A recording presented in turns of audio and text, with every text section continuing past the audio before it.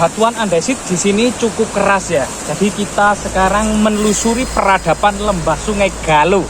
Nah, lembah sungai inilah yang dalam beberapa literatur sejarah memiliki makna sejarah. Nama Galuh pernah menjadi perbatasan antara peradaban Sunda Pajajaran dengan peradaban Jawa. Nama Galuh juga dikenal dengan nama pelabuhan, yaitu Hujung Galuh. Dan ini merupakan hulu dari Sungai Hujung Galuh ya, juga hulu. Yang anak-anak sungai ini akan menyatu menjadi Sungai Berantas yang mengalir ke Berangkal, pinggiran sungai yang identik dengan ibu kota kerajaan Majapahit.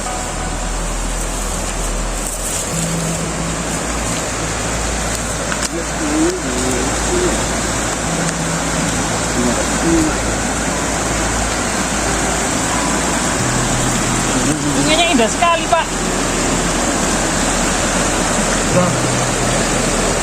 Majapahit. Majapahit sana, Pak. Iya, Majapahit sana, Pak. iya, Majapahit. Kita akan menelusuri peradaban Majapahit di lembah Sungai Galuh.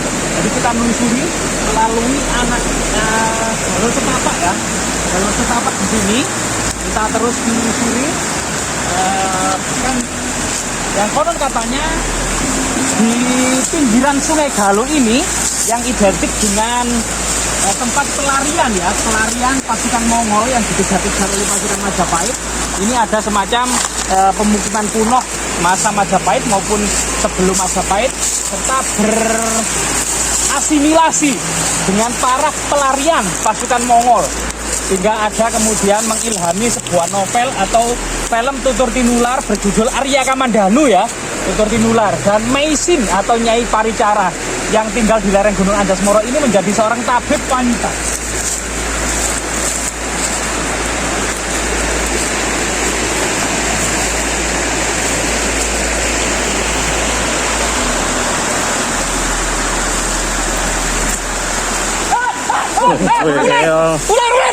Ular kan? Bentar. Jadi kita harus hati-hati di sekitar seperti ini itu memang habitat, kaget lagi. Habitat dari ular ya, jadi hati-hati. Yang memang menurut cerita tutur yang ada di masyarakat, lokasi ini merupakan sarang ular. Tapi coba kita sebagian berita tradisi masyarakat setempat ada semacam pertapa yang ada di sini. Yang apakah sarang ular atau pertapa ya? Coba kita lihat. Tadi muncul ya, Kang? Iya, hati-hati ya. Sini, Kang. Biasanya di sini. Di sini habitat ular tanah biasanya ya. Javanese pit viper. Nah ini hati-hati. Jadi kita harus hati-hati. Terutama ular hijau ya. Ya. Lorowo, Kang. Ini ada jenis ular yang sangat berbisa di area ini yang dikenal dengan Javanese pit viper, ular hijau dan ular coklat ya, yang biasanya berkamuflase dengan dedaunan. Nah, area yang berair pada puncak musim kemarau seperti ini juga biasanya menjadi sarang ular. Dan kita harus hati-hati ya. Mungkin ada ular yang bertengger.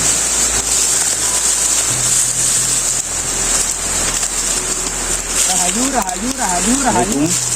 Nah, disinilah kita menemukan jejak pertapaan itu ya. Jejak pertapaan. Oh, ada jejak pertapaan. Iya. Kita coba yang konon katanya memang lereng Gunung Anjas-Moro ini identik dengan cerita Arya Kamandanu, pelarian pasukan Mongol tahun 1293 yang dikejar-kejar oleh pasukan Majapahit dan pasukan Madura, termasuk kemudian cerita Meisin, Arya Kamandanu, dan seorang empu sakti pembuat pusaka yang dinamakan Empu Ranubaya, pembuat pusaka pedang naga puspa. Kemungkinan pertapaan Empu Ranubaya itu ada di sekitar sini ya. Cuman lihat ya, pohon-pohon di gelantungan ini merupakan habitat bagi ular Javanese pit viper yang bisa berkamuflase dengan semak dan dedaunan. Warnanya memang coklat warnanya. Jadi tetap kita harus hati-hati ya. Hati-hati ya. Nah, di situ ada gua, di bawah batu besar itu ada gua ya. Coba kita. Oh, ada goanya. Iya, hati-hati ya. Loh, itu ular besar apa ya? Kemana, Mas? Itu. Coba itu yang bergelantungan itu apa itu? Tetap hati-hati ya. Itu kemungkinan akar ya. Tapi persis tuh. Iya, mirip ular. Bentar. kita harus hati-hati dan waspada. Ya, di sini memang ada air terjun dan ada lubang. Dan di lubang itu lubang yang cukup dalam ya. Kemudian memang habitat ular sebagaimana cerita yang berkembang di masyarakat. Area ini merupakan sarang dari ular raksasa. Coba kita cari apakah ada ular raksasa di sekitar sini ya. Biasanya bergelantungan biasanya dan dengan cara menerkam mangsa itu dari atas seperti terjun bebas gitu ya, kepalanya duluan. Dan kita harus hati-hati seperti ini.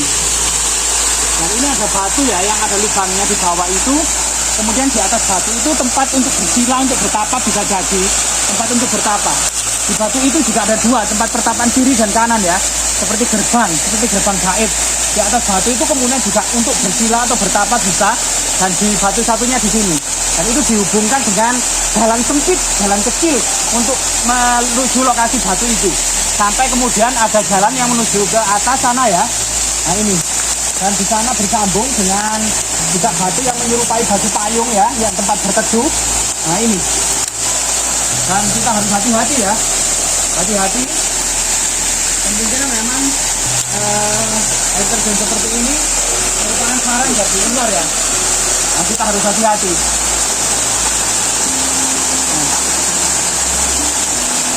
Jadi memang diceritakan ya, Empuranubaya itu pernah kemudian diangkut dan dibawa ke Tiongkok untuk menghadap Kaisar Kubilai Khan, untuk kemudian memperagakan cara pembuatan pedang yang sangat tajam. Bahkan pedang-pedang Mongol itu terkena pedang naga puspa itu patah semuanya, sehingga kemudian Empuranubaya dibawa ke Tiongkok, dibawa ke Beijing ya. Waktu itu nama ibu kotanya itu Kanbalik, atau ibu kota kekuasaan Raja Khan ya, Kanbalik, yang sekarang berubah menjadi Beijing. Itu Empuranubaya dibawa ke sana untuk mempraktekkan cara pembuatan pusaka pedang naga puspa yang mampu membuat pedang-pedang Mongol itu patah semua. Nah ini salah satu kelebihan Empu pada masa Jawa ya. Dan yang konon katanya Empuranubaya ini tinggal di selatan ibu kota kerajaan Majapahit, di lereng Gunung Anjasmara, termasuk ya merawat muridnya Arya Kamandanu dan Maisin atau Nyai Paricara ya. Ini luar biasa sekali. Artinya memang kebesaran kerajaan Majapahit di awal-awal itu memang mampu menaklukkan dan menghancurkan pasukan Mongol, serta kemudian dan kemenangan besar ini menjadikan awal mula prestasi yang membanggakan bagi awal mula berdiri di kerajaan Majapahit. Jika kita melihat bagian akar-akar di sini ya, ini kemungkinan akar yang menurut sebagian masyarakat dikenal dengan kayu telogosari ya. Kayu telogosari itu biasanya untuk perdupaan karena aromanya wangi, bisa untuk dilubangi, kemudian bisa untuk sesuatu yang berhubungan dengan itu loh, merokok itu loh ya. Unce ya. Unce seperti ini ya. Nah, seperti ini unce itu mungkin seperti ini ya. Jadi ini kayu yang cukup keras dan berlubang tengahnya ya.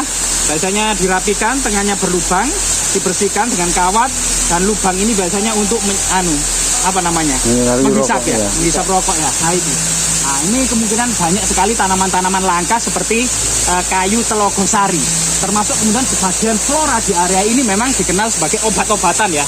Bagian kanker, diabetes, termasuk TBC, termasuk kemudian banyak penyakit-penyakit dalam yang kronis. Dan konon katanya di lokasi ini, di hutan ini juga ditemukan obat HIV/AIDS. Nah ini sesuatu yang sangat luar biasa sekali. Iya. Jadi tapi juga jodoh-jodohan ya. Ada beberapa resep tentang obat HIV/AIDS. Yang pertama adalah campurannya adalah kelor, daun beluntas, daun sirsak, dan kunyit. Jadi 4 ini mungkin bisa dicoba. Memang tapi tetap masih membutuhkan resep dari dokter yang terbaik ya. Tapi 4 resep ini bisa dicoba saja. Jadi kunyit dicampur daun luntas, terutama kelornya itu ya, dan daun sirsat ini juga bisa dicoba ya. Nah ini kemudian hal-hal seperti ini memang alam itu sebuah anugerah yang patut kita lestarikan dan kita syukuri, serta semoga selalu menjadi laboratorium sejati bagi para peneliti, sehingga kemudian sosok yang kita cari di di sini, yaitu sosok ular raksasa, kemungkinan ular naga raja Antaboga Prabu Angling Dharma ya, kita tidak mendapati. Mungkin hari dan waktunya belum pas gitu ya. Namun ada beberapa jejak pertapaan era kerajaan Majapahit yang sangat berhubungan dengan pelarian pasukan Mongol, atau mungkin dalam cerita Tutur Tinular adalah pertapaan Empu Ranubaya ya, Arya Kamandanu, pemilik pedang naga puspa. Semoga tetap bermanfaat. Jas merah ya, jangan sekali-kali melupakan sejarah.